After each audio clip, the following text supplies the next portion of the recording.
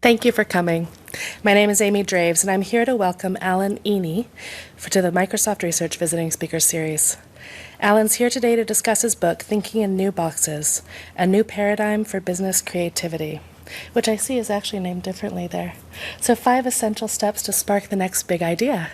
Well, the other one on top, right? Perfect. Human brains really are not wired to think outside the box. Rather, we need boxes or mental modes, frameworks, and theories to make sense of the world's complexity. A strategy or vision help leaders interpret and simplify the complex world in front of them. Alan Eny is the Senior Specialist for Creativity and Scenarios at the Boston Consulting Group. He has trained thousands of executives, runs workshops, and speaks around the world about developing a new strategic vision for the future. Please join me in giving him a very warm welcome.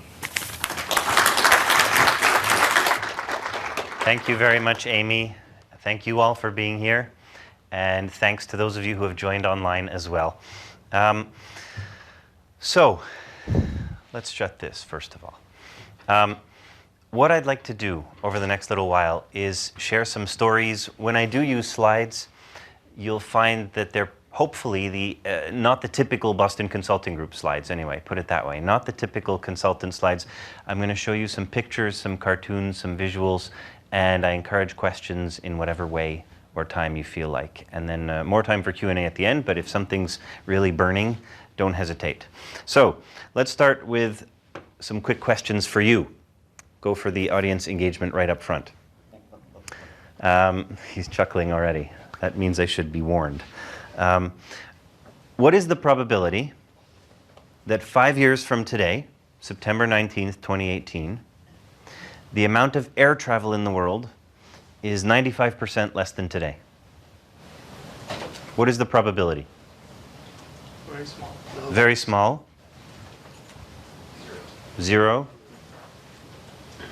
Okay. Different question. This is good warm-up. Getting warmed up now. Assume that it's September 19th, 2018, and this has come to pass. Assume that air travel has gone down by 95% since 5 years earlier. How did this happen? Paradigm shift. A new way to do transportation. A new way of transportation, like teleportation, something like this. Okay, what else?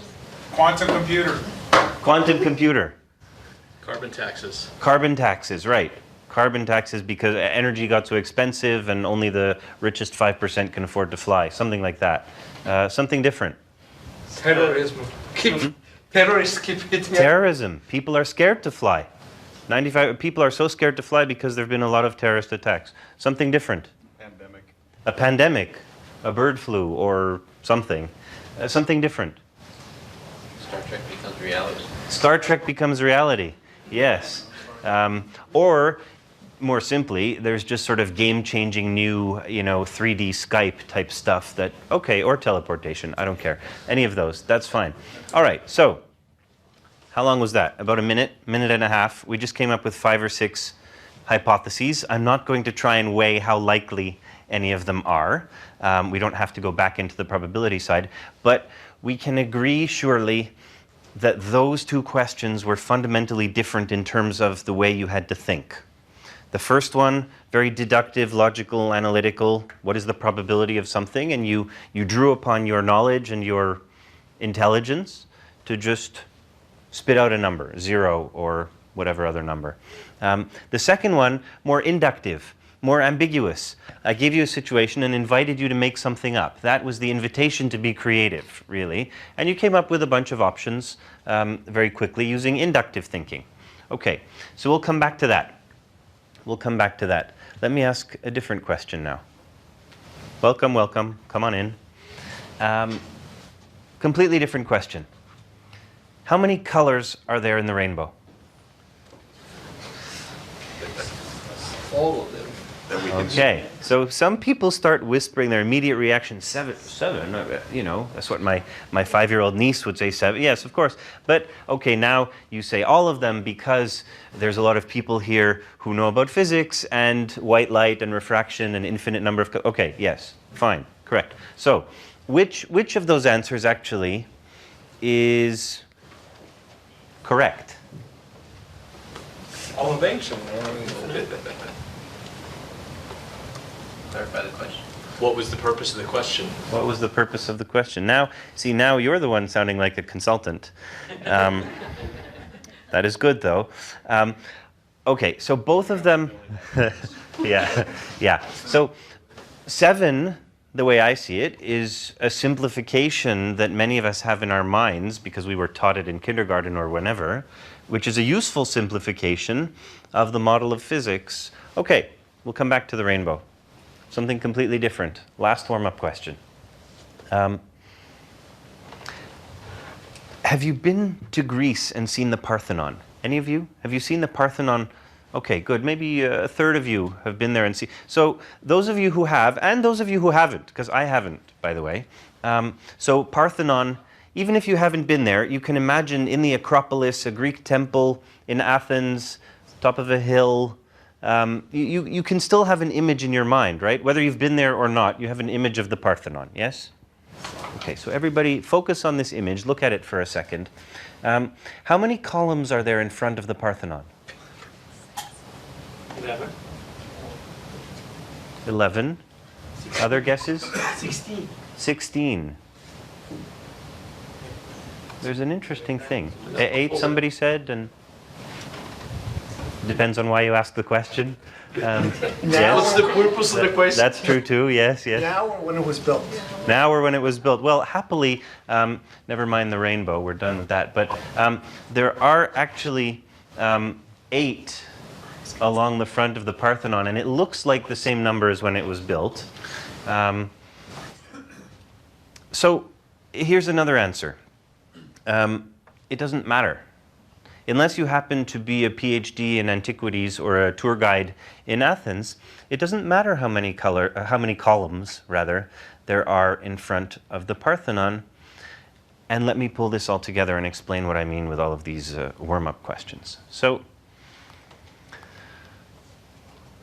in the world, in front of us, we have our company, our life, our customers, our competitors, everybody who uses our products, everything, the entire world in all of its complexity and uncertainty and randomness and all the rest. Call this the world in front of us, and all we do all day long is take this and simplify it into these mental models within us, or what I'm about to start calling boxes. So these mental models, these boxes, can be very, very simple ones, like the rainbow has 7 colors, Roy G. Biv, or Canadians are nice, or whatever you want, right? Anything very, very simple. It can also be more complex ones, like a market segmentation, or a strategy, or a model of accounting, or the model of what we think about freedom or democracy, anything. All of these are mental models that we use as working hypotheses, as concepts, to simplify the world in front of us. Now, the rainbow, if you think about it, which we saw, it's exactly the same thing as a market segmentation. Because the market segmentation takes, 300 million customers in the US, or 6 billion in the world on that side, and turns it into 5 segments or 7 segments in the same way that the rainbow has an infinite number of colors coming into 7 in our model. The Parthenon as well is an example that most of these mental models we have are slightly fuzzy. We have a pretty good image of the logo of a company or a picture of the Parthenon or whatever the case may be. But if I ask you to describe the specifics of the logo of a company or how many columns there are in front of the Parthenon, it doesn't really matter. Your picture was still good enough for most of your day-to-day life, unless you happen to be a tour guide there, because all we do in our day-to-day life is actually use these models as well. In other words, we spend a lot of time coming up with these models in the creative process and then using them, using a market segmentation or any of these other models to go about our day-to-day. Now let me give you 2 or 3 examples just to try and cement this a little bit. One maybe from daily life and then a couple from the business world. So imagine that you see a couple walking down the street. A man in his mid-50s, well-dressed in a suit, gray hair, carrying a briefcase, yeah? And with him is a woman who is also elegantly dressed in a dress with a handbag, but she's quite a bit younger, so late 20s, maybe early 30s, something like this. So you see this image in the world in front of you. You cannot help but immediately, in 1 millisecond, come up with a box, come up with some working hypothesis for what these people, maybe you see them and they say, oh, there are two colleagues walking on their way to a meeting. Or this is a husband and his second wife. Or I don't know what it is. Whatever it is, and we can have different versions of it, different boxes among all the people in this room and online, but whatever it is, you can't help but see this image in the world in front of you and then come up with a box. And over time, maybe if you see them later in a restaurant and you see that, they're looking over some printouts of financial stuff together and you say, oh, I was right, they're colleagues on their way to a meeting. Oh, I'm wrong, they're probably not spouses after all. And then at the end of the meal, maybe she says, thank you, Daddy, or something like that. Whatever it is, we keep going round in this circle as we get, it's the scientific method. As we get more information in the world in front of us, we update our working hypotheses. We change our boxes all day long, and this is a cycle of developing new boxes and using our boxes. And there's very, very simple terminology here for what these arrows represent: deduction and induction. And most of the time, like when I asked you what is the probability of something, like air travel going down 95%, most of the time we draw on our existing knowledge. We're asked a question, something like that. We use deduction to immediately spit out an answer. But then the second question I asked you before, imagine this has happened. Imagine a scenario here. How did we get there? That was inductive thinking. That was the invitation to be creative and come up with something new. So, you're with me so far. I see some nodding. Let me give you a business example to try and cement it even more. One of my favorites, Bic. I don't know if that pen you have in your hand is a Bic pen or something else, but Bic, I think most of us know, BIC, well-known French company. Most of us probably think of it now as a company that makes pens and lighters and razors and a lot of other plastic objects. But for their first 30 years, they only made pens. They were founded in the mid-40s, so imagine now that it's the 70s. And they are having a creative session because they want to come up with new ideas for growth. And for 30 years, they've only made pens, right? So the executives of this company gather together and they're coming up with new ideas. And, one of them says, for example, oh, we can make these four-colored pens. I have this idea for what we can do. It's a fine idea. Oh, very interesting. Okay. And somebody else says, oh, we can make erasable pens because the properties of this new thing I've been working on. Okay, good, fantastic. And maybe we can make pens that say, Sheraton or Marriott or Microsoft on them and sell them to places like that. And then suddenly somebody else says, we can make lighters or razors, right? So first thought, what is the natural reaction of everybody else in the room? What? Yeah. I mean, we are a pen company. We are a pen company. You're crazy. You have a fever. You should go home early. Whatever it is. But with the benefit of 40 years of hindsight, we know that these ideas really opened the door to a lot of new possibilities for them. So what had to happen? Because here's a hint as to what had to happen. Bic did not invent the cheap disposable plastic razor. Gillette was already doing that. Bic did not invent the lighter either. This already existed. In other words, what I'm trying to say, nothing changed here. Nothing changed in the world. They did not invent anything new in the world. The only thing that changed was on this side of the equation, meaning in here.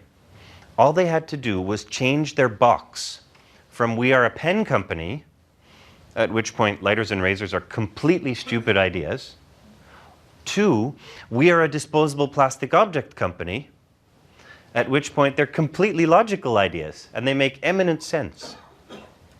And this fundamental change in their mental model, in their box, opened the door to all sorts of new possibilities without coming up with a single new idea. Creativity does not need new ideas.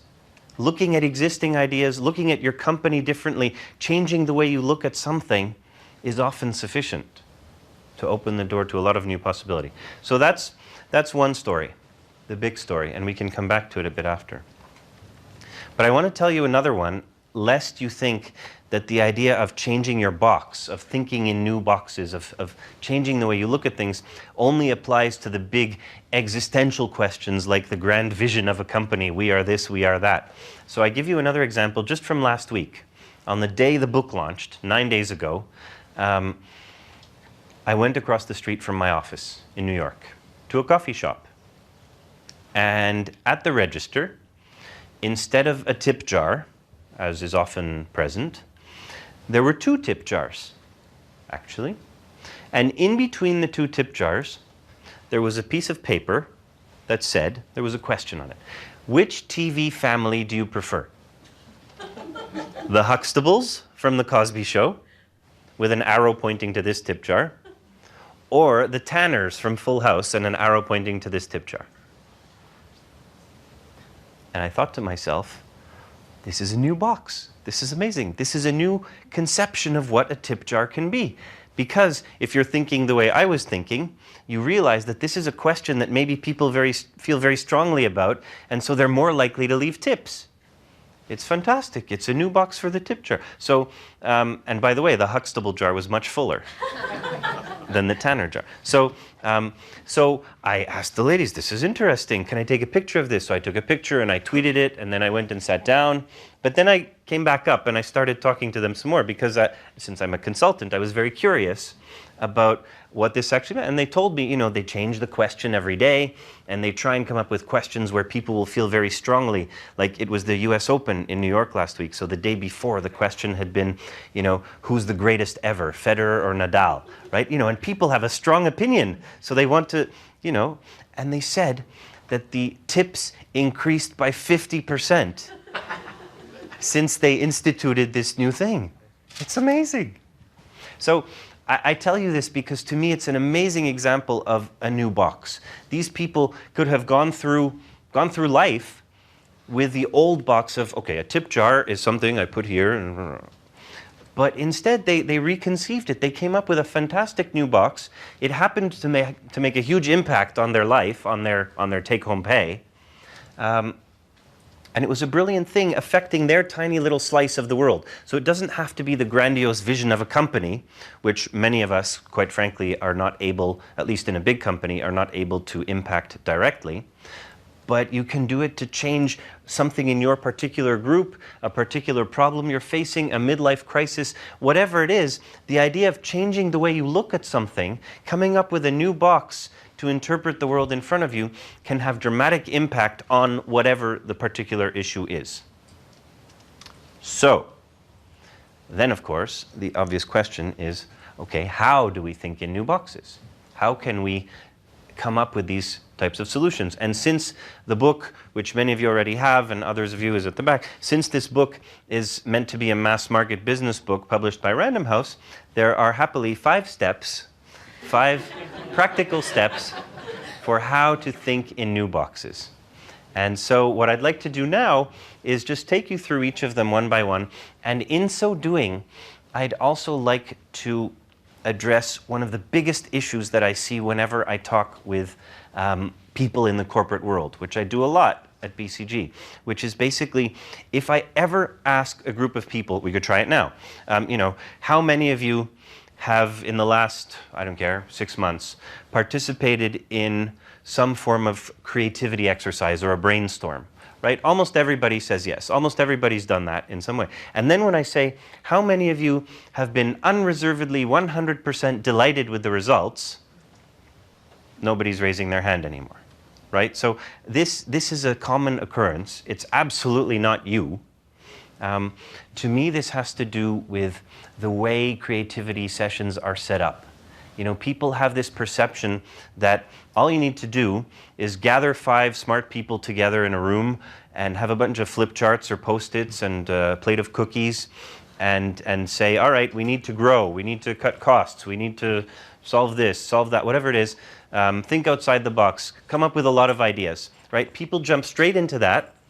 And they do come up with a lot of ideas. You wallpaper the whole room with flip charts, and yet nothing really sticks, or the ideas don't really hit home or get implemented. It's not useful. It's not practical. And the claim I'm going to make and try and give you some suggestions towards fixing is that really this concept of the way it's done now is not sufficient, which is one of the reasons we wanted to write the book.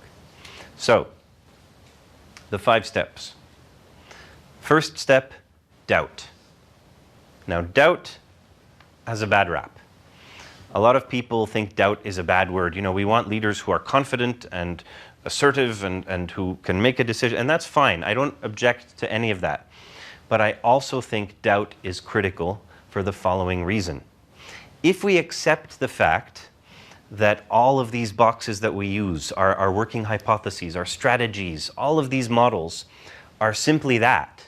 They're working hypotheses, which means they're subject to change, just like in the scientific method. If we accept that, then it means we have to doubt. We have to remember to challenge them sometimes. And yet, as human beings, we don't like doing that because we like having a routine, sticking to the same boxes, taking the same route to work every morning, looking at the monthly report with the same logic every month. And we don't like having to doubt, having to challenge our perspectives. And so, if we accept that all of our ideas are just working hypotheses, then we have to doubt them because we don't see the world as it is. We see the world as we are. We see the world through our own lenses. And the first problem with that is that we all use boxes to look at the world and they're subject to change. The second one, of course, is that we all have slightly different ones.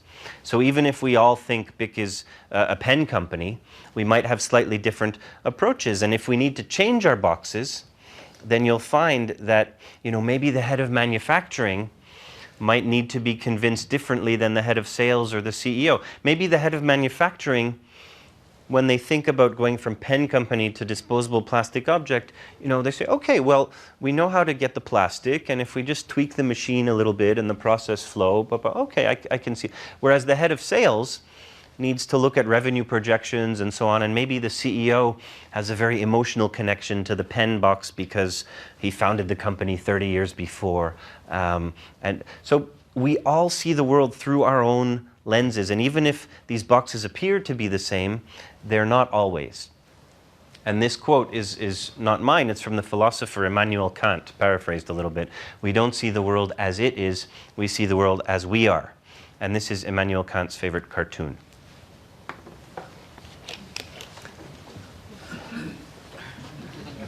So, we don't see the world as it is, we see the world as we are. So, what do I mean by that?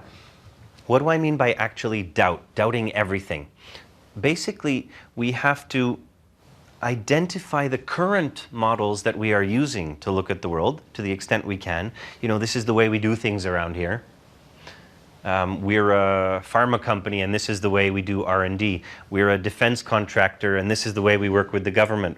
We're Microsoft, and this is the way we package and sell our products. Whatever it is, identifying some of the current ways, the current boxes you're using, and then thoughtfully challenging them. Recognizing, for example, that we cannot always go with our gut, go with our instinct, even though most of the time it does lead us in the right direction. When we come up with these new ideas, these new potential boxes, we have a very natural tendency to say, oh, that's a crazy idea. The boss will never go for that. We tried something like that a couple years ago. The customers will never accept this. But how do we think about our customers? What boxes do we use to define our competition? What boxes do we use to look at the data that's in front of us? The more we can identify and thoughtfully challenge some of these mental models, the better off we will be and the more likely to get practical results. That's what I mean by doubt. And I'll give you a couple of visual examples just to illustrate this as well. This is one of my favorites. It's in chapter 3 of the book. What do you see? A picture upside down. A picture upside down of George W. Bush. A metaphor for the economy? Well, let me save you the trouble, actually, of going like this. Okay? because all of our minds immediately, and I've seen this 300 times or something, all of our minds immediately say this is George W. Bush upside down, but to save you the trouble, look what happened. So somebody has photoshopped the mouth and the eyes so that it is a deformed image of the former president. Now, so a couple of points. Can you go back? Oh, I'll go back, yeah. Oh yeah. It's a very interesting thing, actually, because first of all, to your point, you can do this with Obama or whoever you want as well, right? This is not meant to be a political statement. But more than that, and more relevantly, the interesting thing is that over and over, every time I see this, you're seeing it now for the second time, and when you open chapter 3, you'll see it for the third time. I'm seeing it for the 100th time. My mind immediately says, oh, it's George W. Bush upside down. Okay, great, fine. And I move on to whatever other thing. But the brain is lazy.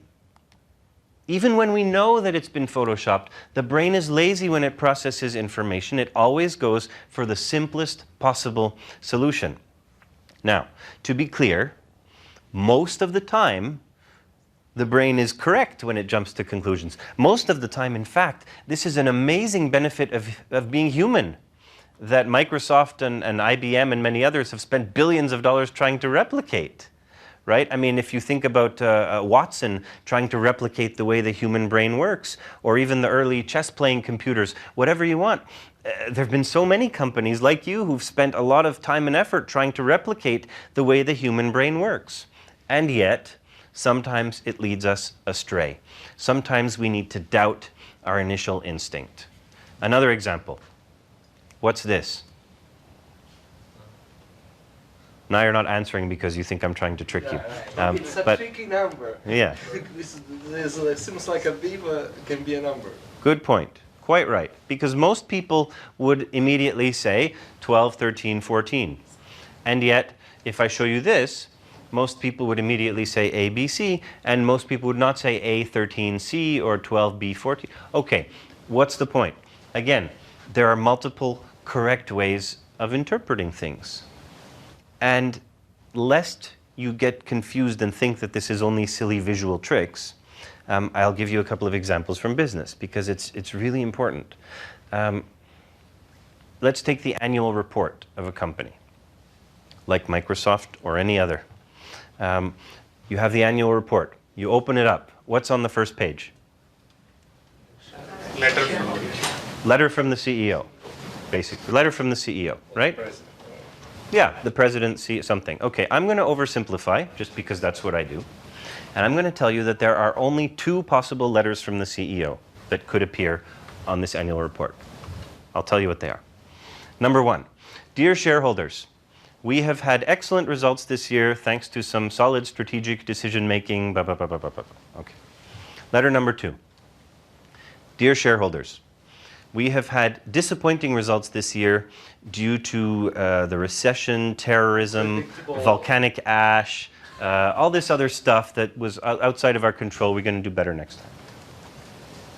So, are you ever going to have a letter that says, dear shareholders, we've had great results this year because we were very lucky and we hope that, or, you know, dear shareholders, we've had terrible results this year because we made some pretty stupid strategic decisions, but give us another chance. We promise we'll do better next year.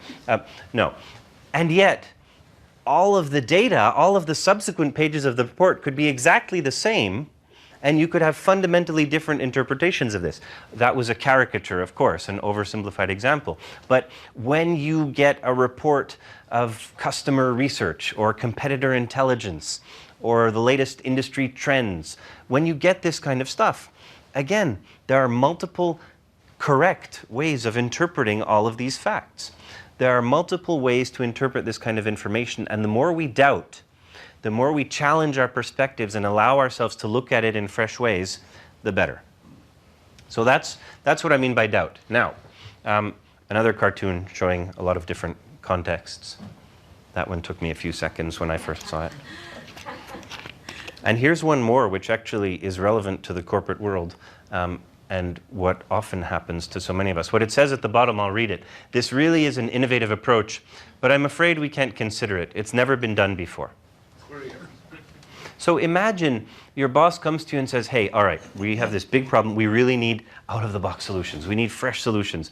And then you come back to her 3 days later with all sorts of ideas, and they say, oh, this is great. Can you just give me some benchmarks of where this has been done before so that we can justify it, right? It's very real. To doubt our initial perspectives like this boss is the hallmark, the first step really, towards creativity. And it's the step that is most often skipped when people jump straight into a brainstorm without actually thoughtfully preparing. Okay, so the good news is I spend a lot of time on doubt on purpose because I think it's the one that's really important that a lot of people skip. I'm going to go quickly through the next few. The idea of exploring is to recognize that all of these ideas do originate in terms of what we get from the world. And so it's quite useful for a creative process to gather a set of inputs. And these can take the form of, the trends in your industry, all the stuff I said before, the customer research, competitive intelligence, network analysis, whatever you want. Gathering all of that is good as long as you remember to keep this atmosphere of doubt alive. And that is illustrated through this cartoon where at the bottom it says, just checking. Just checking. No matter how much data you have, no matter how well you try to predict the future, there will be surprises. We will not have perfect information, and there are multiple ways of interpreting the same information. So yes, gather all the data you want. We're in a world where people, especially in business, like to make decisions based on data, but take it with a dose of doubt. Take it with a grain of salt. And this is also another reminder of that in terms of thinking about the future. When we think about the future, there will always be these things that people have called wild cards or black swans, which are the high impact but unanticipated events, like the volcanic ash, or, in the world of development, like Bill Gates announcing one day that he's giving all his money to charity. These are the sorts of things that are high impact, generally unanticipated to the masses at least, but really change the world. And so taking all of that, we also know that no matter how nicely our bar graphs purport to predict the future, no matter how much information we gather, we will never be able to do it properly. There will always be uncertainty and ambiguity inherent in the way we think. And so given that the world in front of us has all of this uncertainty associated with it, we have to recognize that we are not good at it. And there's a lot of quotes like, Margaret Thatcher saying, I don't think there will be a woman prime minister in my lifetime.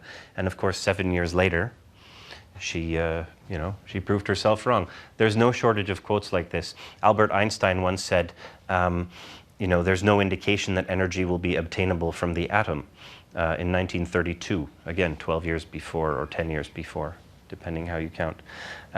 So a lot of people, no matter how smart, by the way, no matter how brilliant a CEO, have quotes like this that, purport to say, we have no idea what's going to happen in the future.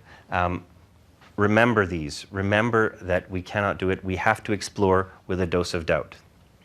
Then, the good news, the next steps, divergence and convergence. After you have doubted and explored the world in front of you with a dose of doubt, then you can go into divergence and convergence mode. And this is what most people think of as the classic brainstorm. The problem is they start here. But this is the classic, so divergence, get a lot of ideas on the table. Linus Pauling, double Nobel Prize winner, said the best way to have a good idea is to have a lot of ideas. And frankly, as long as you set your criteria in advance for what constitutes a good idea, which is another area where people often fall down on the job, because if they don't set their criteria in advance, then once you've come up with a lot of ideas, you're instinctively drawn to the ones that fit the boxes you had before. But if you set your criteria clearly in advance, like we need ideas that are implementable within less than 6 months, or cost less than X, or are consistent with our brand proposition, something, I don't know what. If you're very clear about constraints and criteria up front, it's a good thing. So you get a lot of ideas on the table, and then you converge. This is what we know how to do, the selection process, the prioritization. Now, one of the most frustrating things in the world is when half the room is in divergence mode, getting a lot of ideas on the table, and the other half is in convergence mode, systematically shooting them down and picking them apart. It's frustrating for these guys, and it's frustrating for those guys, right? And so remembering that there's a time for divergence and a time for convergence, both are important, but not at the same time. And it's also an interesting thing to think about, some people might be naturally more divergent type thinkers, right? And some people more naturally convergent type thinkers. And this is an interesting thing when you think about your teams and leveraging people. And indeed, there were scientific studies about, some of the great partnerships of all time. Hewlett and Packard, or Rolls and Royce, and even one of the teams in that list was Bill Gates and Paul Allen, right? I'm not going to come here and talk to you about those guys, but the idea that in all of these sort of pairs, there was one who was generally the more divergent type, at least the way it was seen, and one more the convergent type. Taking advantage of both of these can be a really fantastic thing. So again, a time for divergence, getting a lot of ideas on the table. Thomas Edison, to me, exemplifies this. Please. So when you say set your criteria in advance, that sounds like, to me, limiting the box. We're a pen company, and here's how in advance, and we're not going to evaluate ideas outside of that box. How is that different than setting your criteria in advance? I'm glad you asked, actually, because people often go into a brainstorm or something and say, we need to, no constraints, blue sky, everything's on the table, right? And I actually don't believe in that. I actually believe that constraints can be very helpful for creativity because if you know in advance that you need less than this, more than that, fit with this, whatever it is, then why not state it? And then the ideas that you eventually come up with through all of these creative approaches will actually fit with those constraints and be much more likely to be practical and implementable.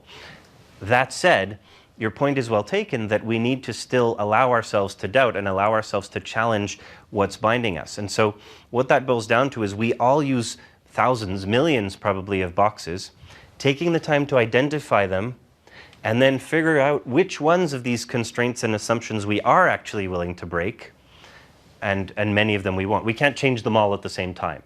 There are some constraints that really are binding, and some that maybe if we challenge them, they're not.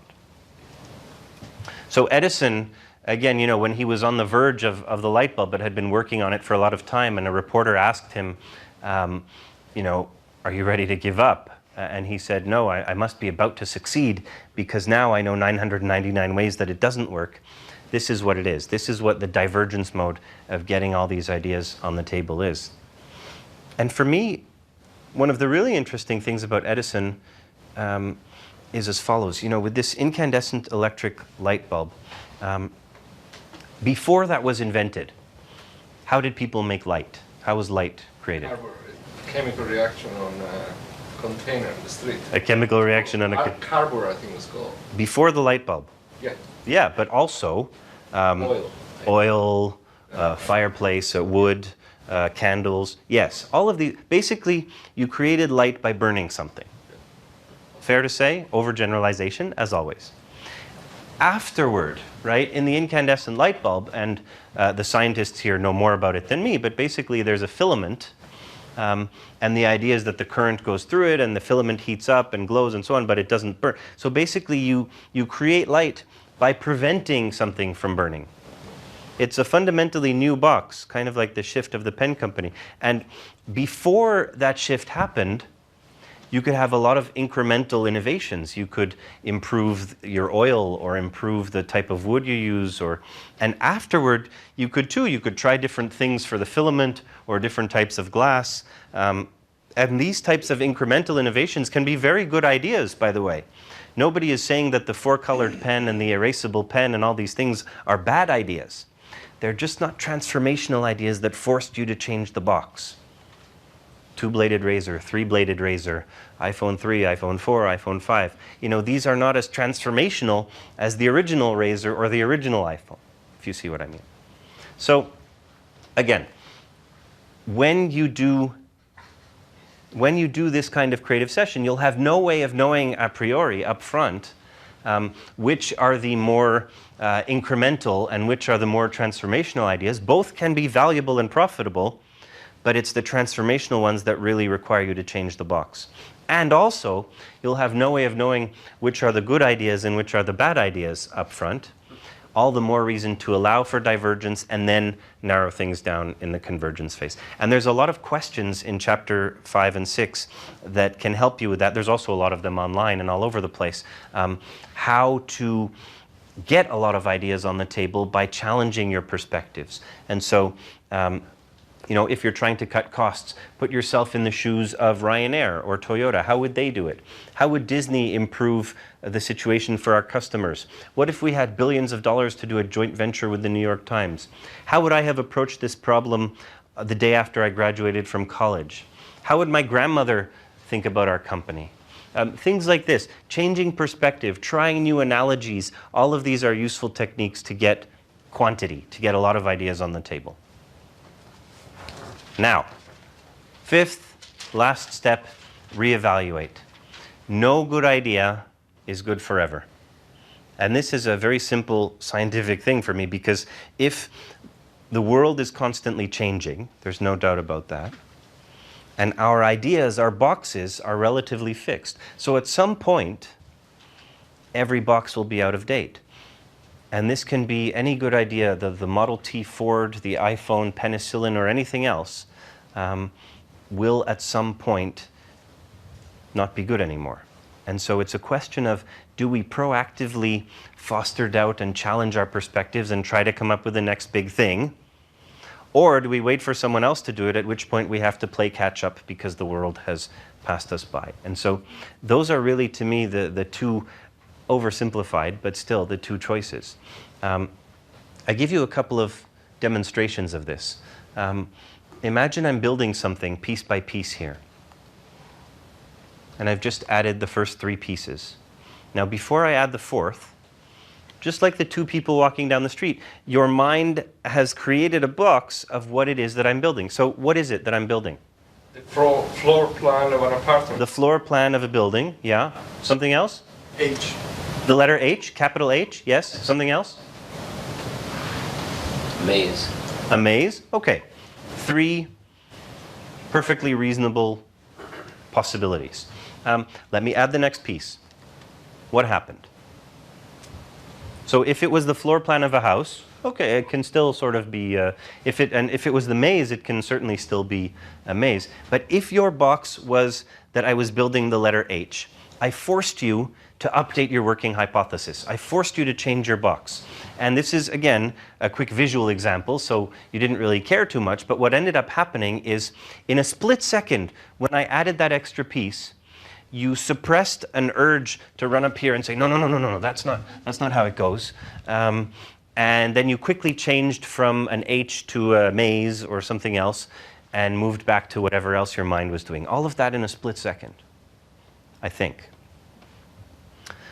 Because we don't like it, actually, when we have to change our box. We don't enjoy the process. You were probably, even if you had an H in your mind, you were probably, for a split second, annoyed with me for forcing you to change your box. But then you got over it really quickly because it doesn't really matter and so on. But in the business world, it can be hugely impactful. And a great example is Henry Ford and the Model T. You know, Henry Ford was an amazing entrepreneur and innovator, and in fact the whole reason it was called the Model T is because he started with A and kept trying different things, right? It's true. But what happened afterward?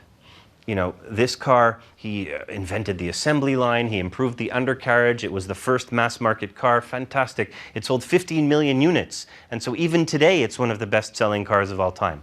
Amazing. But then what happened? You know, the world kept changing around him. General Motors started making higher-end versions and lower-end versions and blue cars and different colored cars. And Henry Ford famously said at that time, my customer can have any color car they want as long as it's black. He went into denial.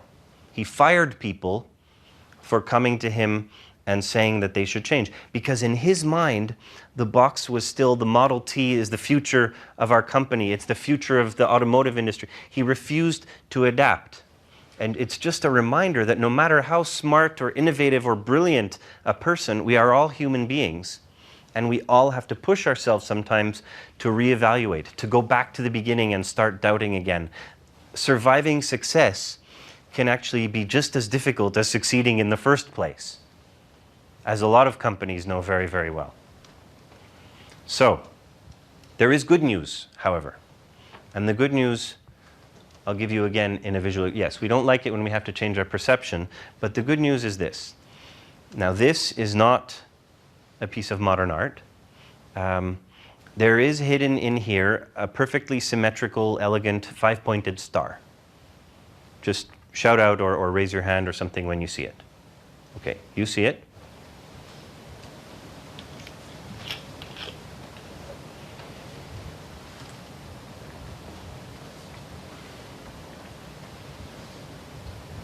Okay, let's save a bit of time. Imagine that imagine that this picture is divided into 4 quadrants. Which quadrant is the star in? Upper right. Upper right. Okay, so divided into 4. It's in the upper right. Does that help? Okay, somebody else sees it. Somebody else. Somebody else. Another one. More people are nodding.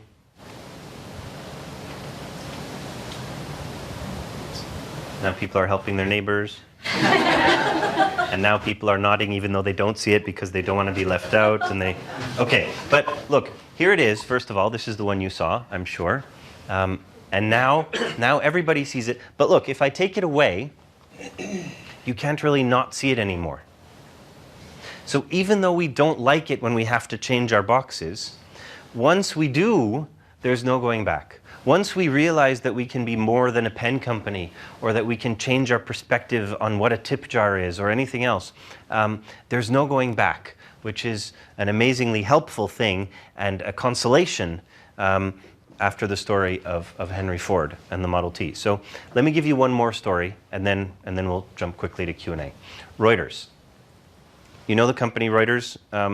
If I asked you to describe the business they're in, you'd probably say, news delivery or stock price delivery or something like that, yeah?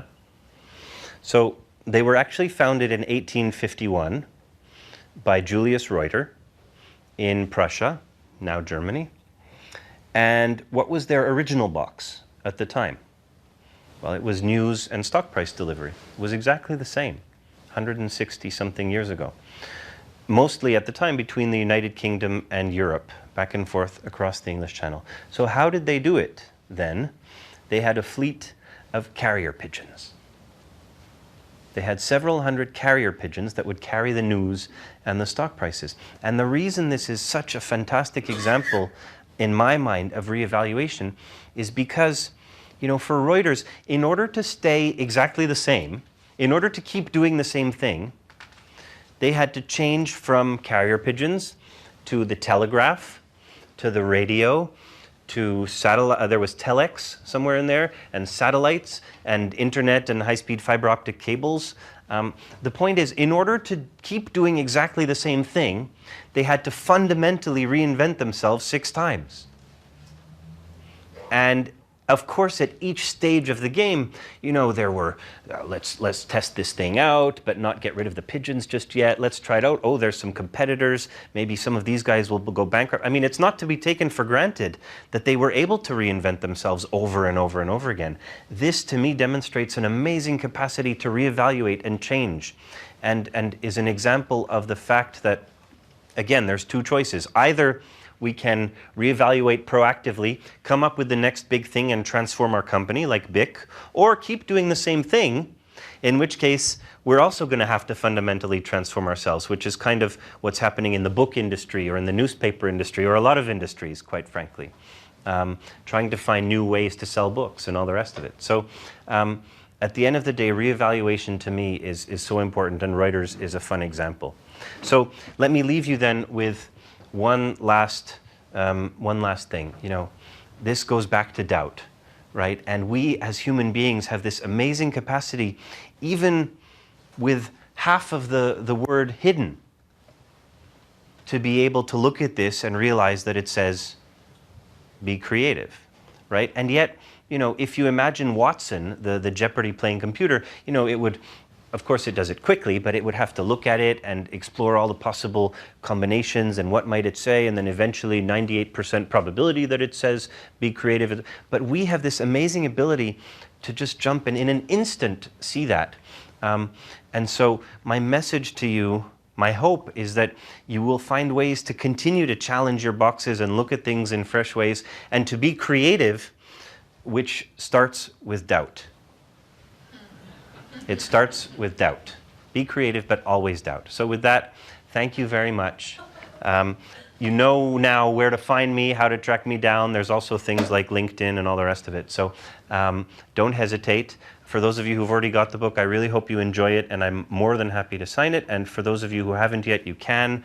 But again, thank you so much for having me on campus. And let's talk. If you have questions, let's go through them. Please.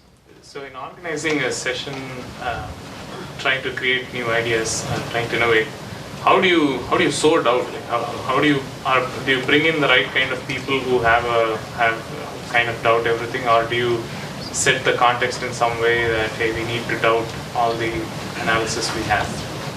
Well, I think that first of all, setting an environment where people feel comfortable doubting is really important, and that means a culture where you can take creative risks and where you can challenge each other regardless of hierarchy. Things like that absolutely help. But for the actual session itself, once you've established that culture, to me, since we are all humans and since we are all, business-like and so on, it's different than a regular meeting. And the idea of a warm-up exercise or something can really be valuable. I'll tell you one of my favorites, just to get people in the right frame of mind. Try and describe your company without using the most obvious words. So take Starbucks, just for the hell of it. If I ask anyone on the street to describe Starbucks, they'll say it's a chain of coffee shops or a coffee shop or something. But if I ask you to describe Starbucks without using the words coffee, tea, snacks, or meeting place, I'm imposing constraints on you.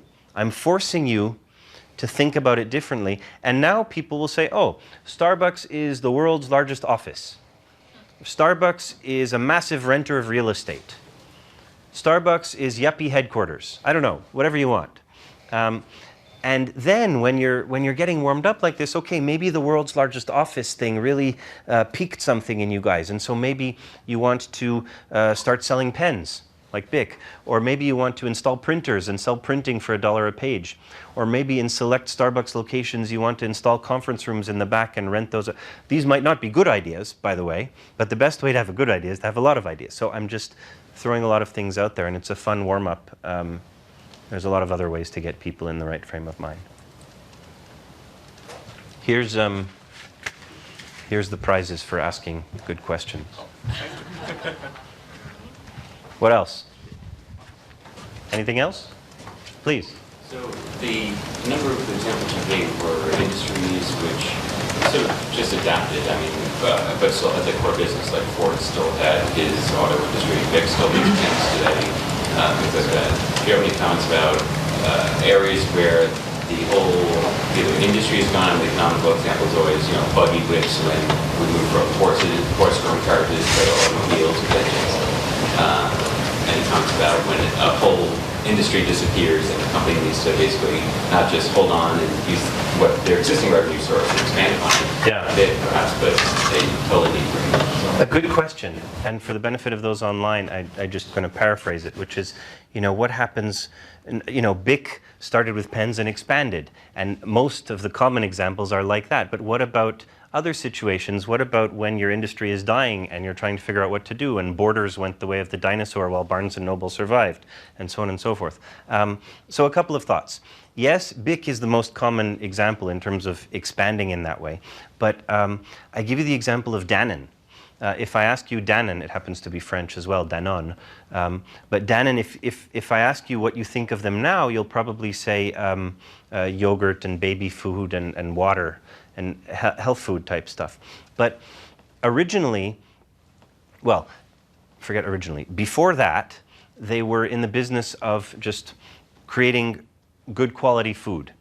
They were more like Nabisco or General Mills. They just had a whole bunch of food things. And then they decided to focus on the food that's good for you. Instead of good food, they switched the box to food that's good for you. They sold their beer division, they sold their cookies division, and they focused entirely on this stuff. So that's just to say that it doesn't have to be expanding like BIC, it can be contracting or anything else. And then more broadly than that, in terms of dyeing industries, right? To me, at the root of your question is, where do the next transformational type things come from? Because either they can come from the Fords or whoever else of the world, or they'll come from some, Hewlett-Packard in their garage, or Zuckerberg in the dorm room, or whatever you want. And it feels like those latter types are very common, although there's probably examples of both. So let's take Netflix as an example, because they, Blockbuster, in theory, could have changed from this box of DVDs in a store to DVDs by mail. There was nothing remarkably, there wasn't really some new technology other than switching from VHS to DVD, but it wasn't Netflix that invented that. They were just taking advantage of things. And so Blockbuster, by virtue of being a big company, in some ways was stuck in this existing box and trying to maximize this and maximize sales per square feet and all the rest. And they got blindsided by this brilliant new box. Maybe if they had doubted a little bit more, they might have enabled themselves to come up with it. So Netflix went along, millions of subscribers in this DVDs by mail box, fantastic. The world keeps changing around them, and now there's this whole streaming thing coming, right? And Netflix decides, we're going to split into two for our streaming business and the mail business. And this, of course, was a debacle. They lost a lot of money. They were a little bit too early, basically. They recovered, and now yet another new box. Who would ever have thought that a company like Netflix would do original television programming? Right? So it's to me about reevaluation, and it can come from you or it can come from some young upstart. But it's up to you, in a sense. Like the two things are just being aware and not being denial. Doubt and reevaluating, which is my way of saying the same thing. Yes, quite right. Please. So a couple things, or two questions kind of related. One, looking at Kodak, that's recently kind of made one of these shifts. Kind of what do you think, how do you think they got to where they are? And then we've talked about sort of making the shift but not then following through on it. Do you have sort of thoughts on what Kodak needs to be aware of and needs to do to continue through with the new direction they've taken? So I confess that I don't know enough about the very recent stuff about Kodak to give an intelligent answer. But, the fact of them being late to the whole digital game is to me another example of, having one's lunch eaten by young upstarts, right, in the photo business, and struggling to play catch up once the world sort of partly passes you by. And I don't remember if there was bankruptcy or not, but there was certainly a huge financial dip when that happened. And then, but I don't know enough about the company specifically to say much more. Forgive me. Please. Okay, so you praise the phase of having a lot of ideas to go to one ideas. That process is kind of a, challenge or a piece of art. Do you have technique? Do you have any technique how to go from lots of ideas to one idea to the trees?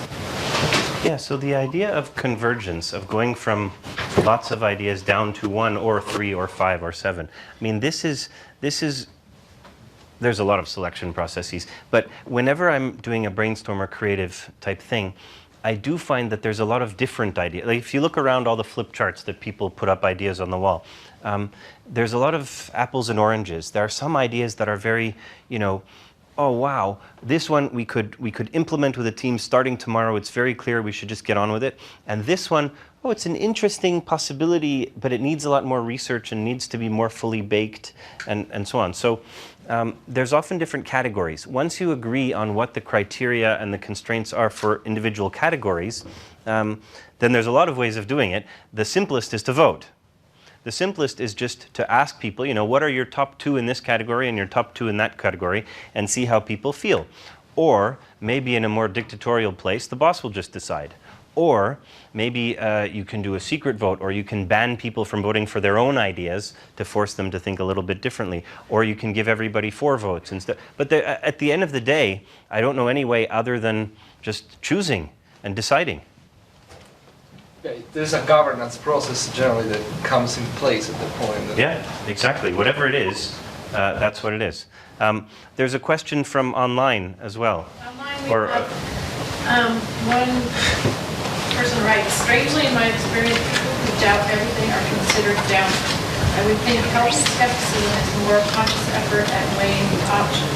How do you find the right balance? Yes, I agree with you. And just to paraphrase the question for those who couldn't hear, it was, people who doubt everything are known as downers. And how can you actually be a good manager if you're just doubting everything and second-guessing everything and so on? I think that's the gist of the question. And what I tell my clients, because it's a fair question, is always doubt, but never hesitate.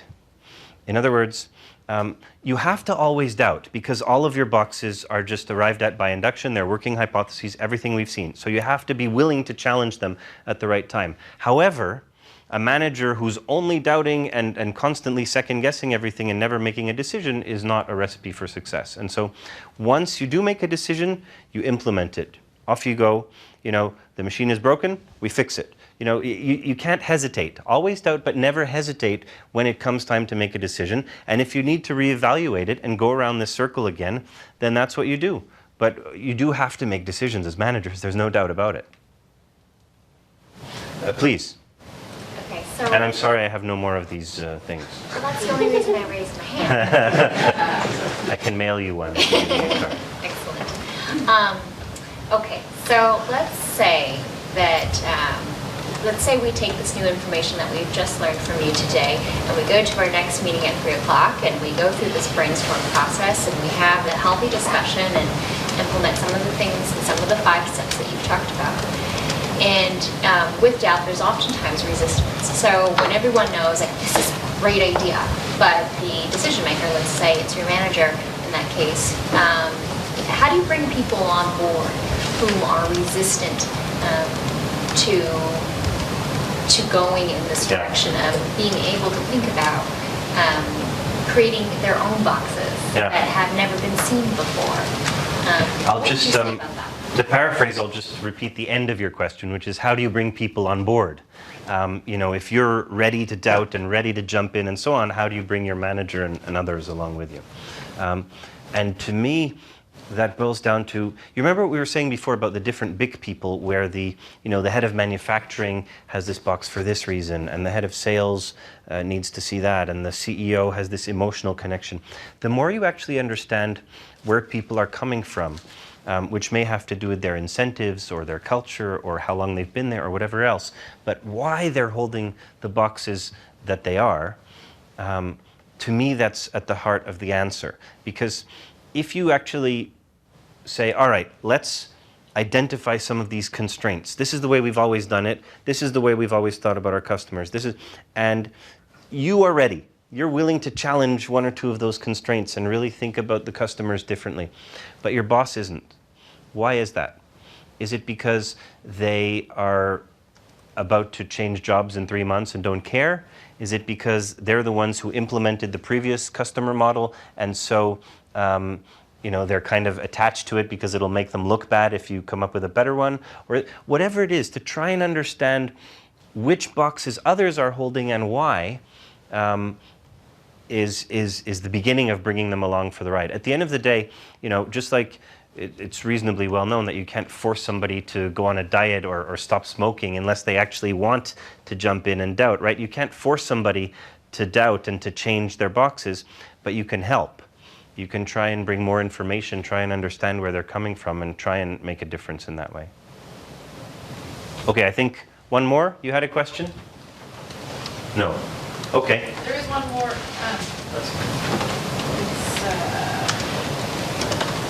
Is doubting everything, will it slow the organization down by doubting everything? That is an interesting question. Will it slow the organization down by doubting everything? You know, I'd like to think that maybe with a short-term view, it might. If you actually take time to sit with a blank sheet of paper for half an hour, yes, it will slow you down by half an hour. But to me, the impact and the results of doing so are well worth it. The idea of challenging your perspectives and looking at things in fresh ways can open so many new doors that the actual half hour it takes in terms of slowing things down, or whatever, it may be more than a half hour, is well worth it. All right, so let me pause there because it's 2:40 and I know others. I'm happy to talk individually, happy to sign whatever you guys want, but thank you again for having me. I enjoyed talking about it, and thank you.